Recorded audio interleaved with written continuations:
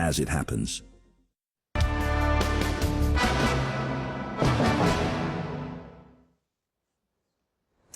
Right, the lead singer of Coldplay made a joke about a couple having an affair, and he was right. Andy Byron has now resigned as the CEO of a tech company, Astronomer.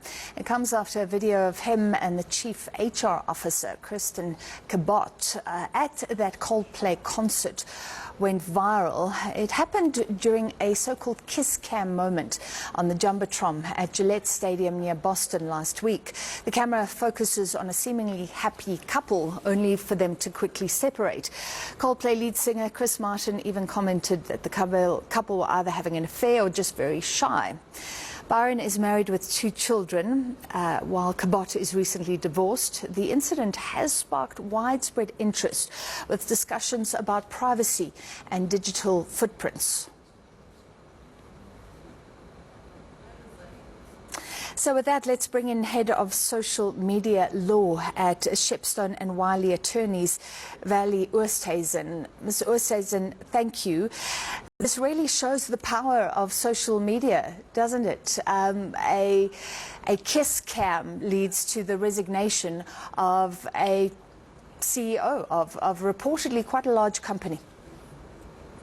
Yes, and unfortunately it's not a new example. It's something that has happened in the past, not with this particular case, but people getting publicly shamed and having massive consequences for them, both professionally, personally, and whether should be allowed. It's not whether it should be allowed, it happens, and what can people do about it? That's the danger of social media, I suppose. Well, very quickly, was their privacy violated at all? Well, I think actually there was, because those 2 people, even though they were in public, they didn't have a public persona. It wasn't as though they were celebrities. And you and I will be walking down the street and just generally being in public. And it doesn't mean that people have a right to infringe our privacy or dignity by plastering our images all over social media. So it's slightly different when you have no real expectation of privacy because you're a celebrity and you've decided to put yourself in the public domain. Then there could be more of an argument. But in this instance, it's 2 private people that happen to be at a concert. So it's a slightly different scenario. So that's interesting. I mean, could there be issues? Because you go to a sporting event, right, and the cameras are everywhere and they pick on people. Or you go to a concert and now everybody should be expected to be picked on. You can be picked up by the camera and you are in a public setting. Well, this is the difficulty, and this is something that we try to explain to people, for example, young teens.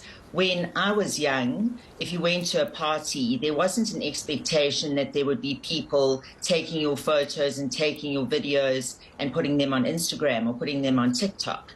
And I think for teenagers today, that is something that happens all the time.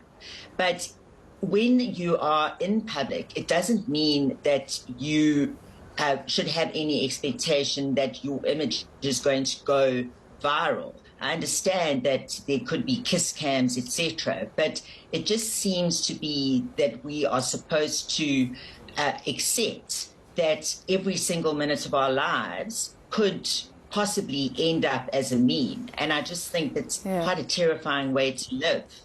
Yeah, do you think there could be a backlash against that?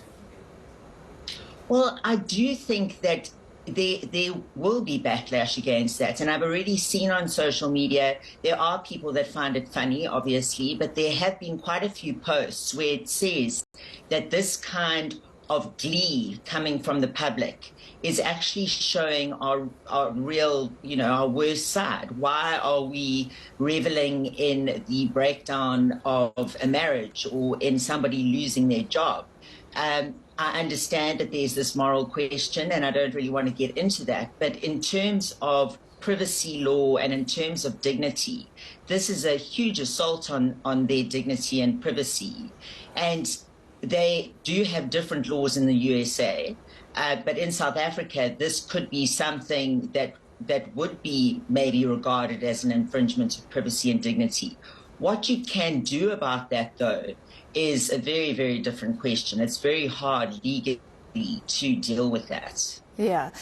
All right. So what is the lesson for all of us? Because there are cameras and phones everywhere. Yes.